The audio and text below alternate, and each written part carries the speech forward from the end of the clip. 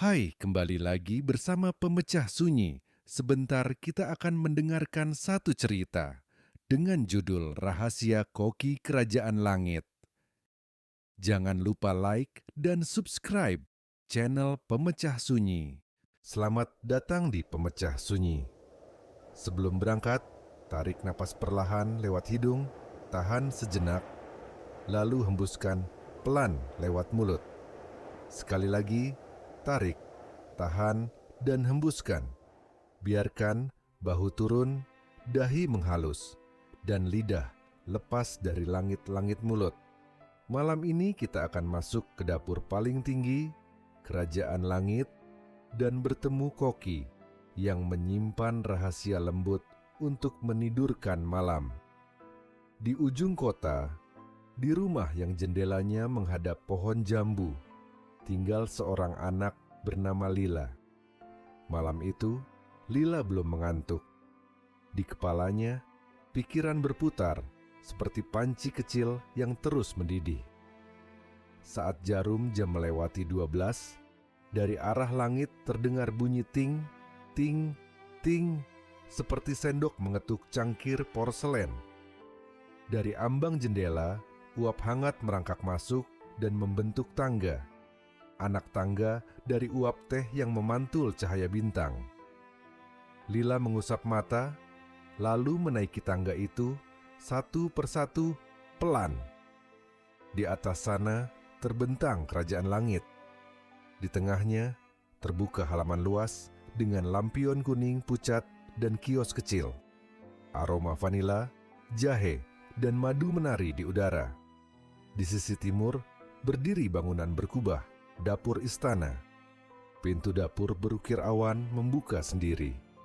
Di dalam, panci bergantung seperti bulan sabit, dan meja panjang memantulkan cahaya seperti permukaan danau. Seorang koki bercelemek biru muda melangkah dari kepulan uap. Matanya tenang seperti sore. "Selamat datang, Lila," ucapnya. "Aku Koki Aruna, penjaga rasa yang menidurkan malam." "Apa yang dimasak di sini?" tanya Lila.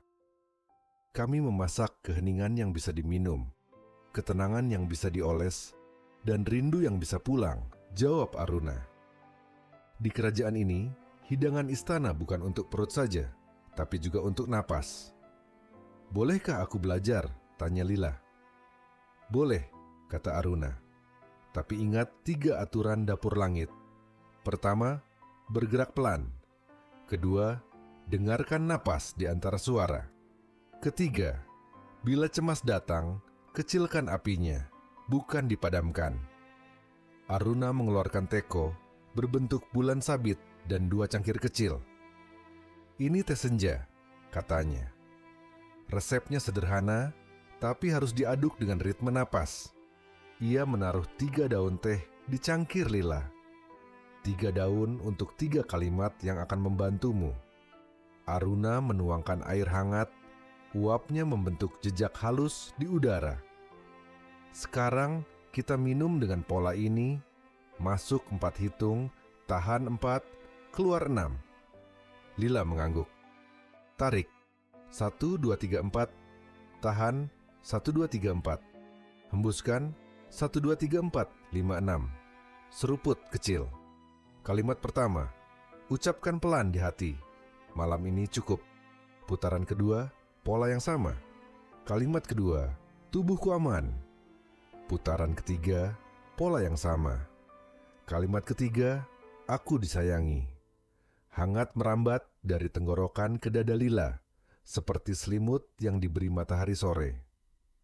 "Sekarang kita ambil bumbu," kata Aruna, mengajak Lila ke gudang aroma. Rak kaca dipenuhi toples berlabel tenang, syukur, berani memulai lagi, dan meletakkan beban. Ada juga toples kecil berisi biji dengan label kata-kata yang tak perlu dibawa tidur. "Ambil 3 bahan, pilih dengan hidung dan hati," ujar Aruna.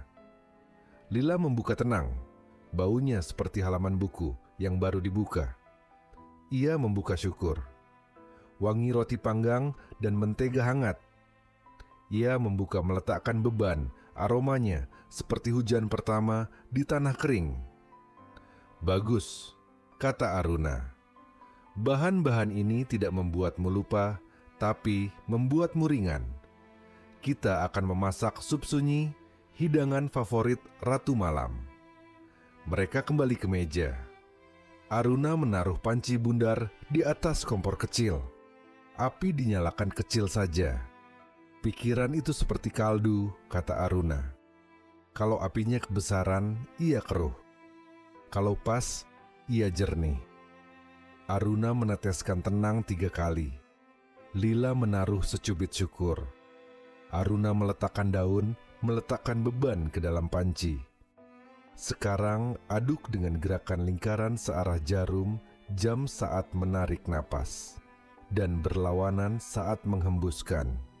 Pelan saja. Rasakan sendok menyentuh dasar panci."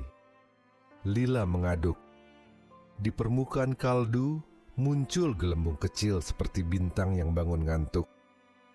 "Kalau muncul gumpalan cemas," lanjut Aruna, "jangan dibuang.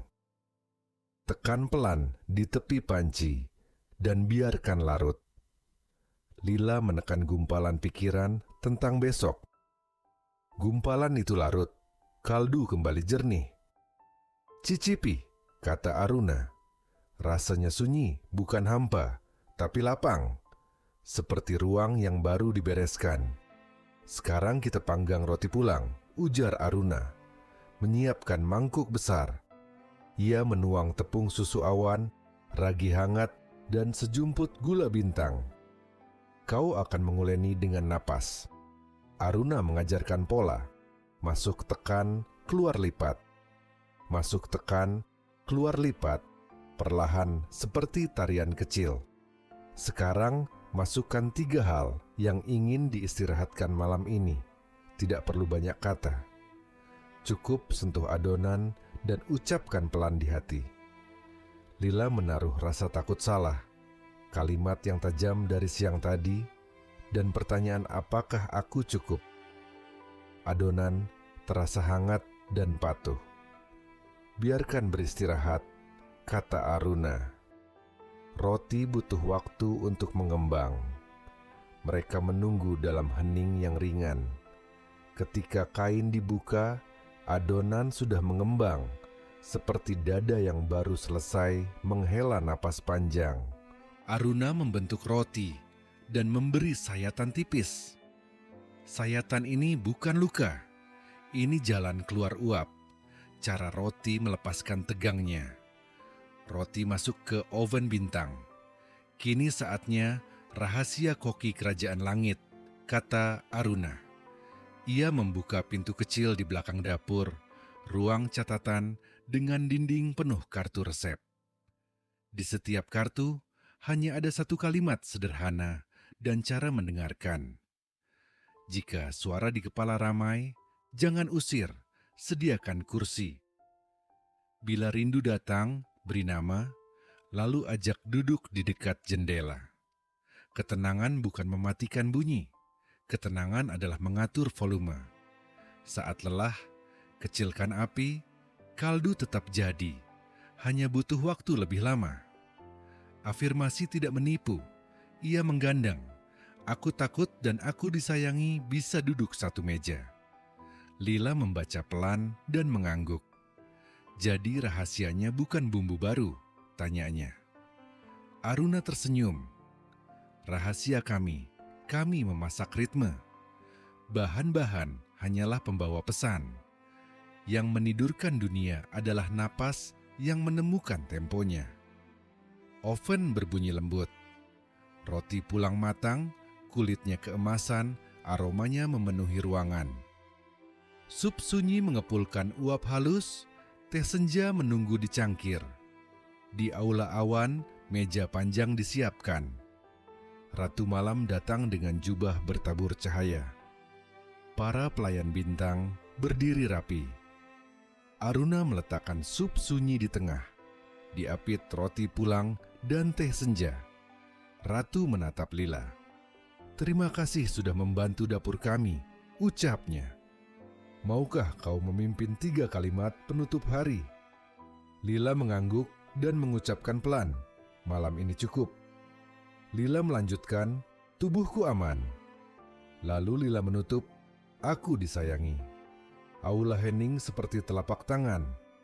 Di kejauhan, hujan yang sangat tipis terdengar seperti tepuk tangan kecil. Aruna menyelipkan kartu kecil ke tangan Lila. Kalau cemas datang, kecilkan api, tertulis di satu sisi. Napas adalah sendok panjang yang bisa mengaduk sampai dasar hati, tertulis di sisi lain. Waktunya pulang, kata Aruna. Tangga uap menunggumu. Tangga uap turun ke kamar Lila. Jam dinding belum jauh bergeser. Lila berbaring dan menarik selimut hingga dada. Di meja kecil, cangkir kosong seolah masih mengepulkan aroma teh. Mari kita perlambat lagi sebelum tidur. Rasakan titik-titik tubuh yang menyentuh kasur. Bayangkan punggungmu seperti roti yang mengembang, lembut dan lega. Dengarkan napas masuk 1, 2, 3, 4. Tahan 1, 2, 3, 4. Keluar 1, 2, 3, 4, 5, 6. Jika ada pikiran datang, sediakan mangkuk kecil di sampingmu. Letakkan pikiran itu di mangkuk dan ucapkan, nanti kita bicarakan setelah sarapan.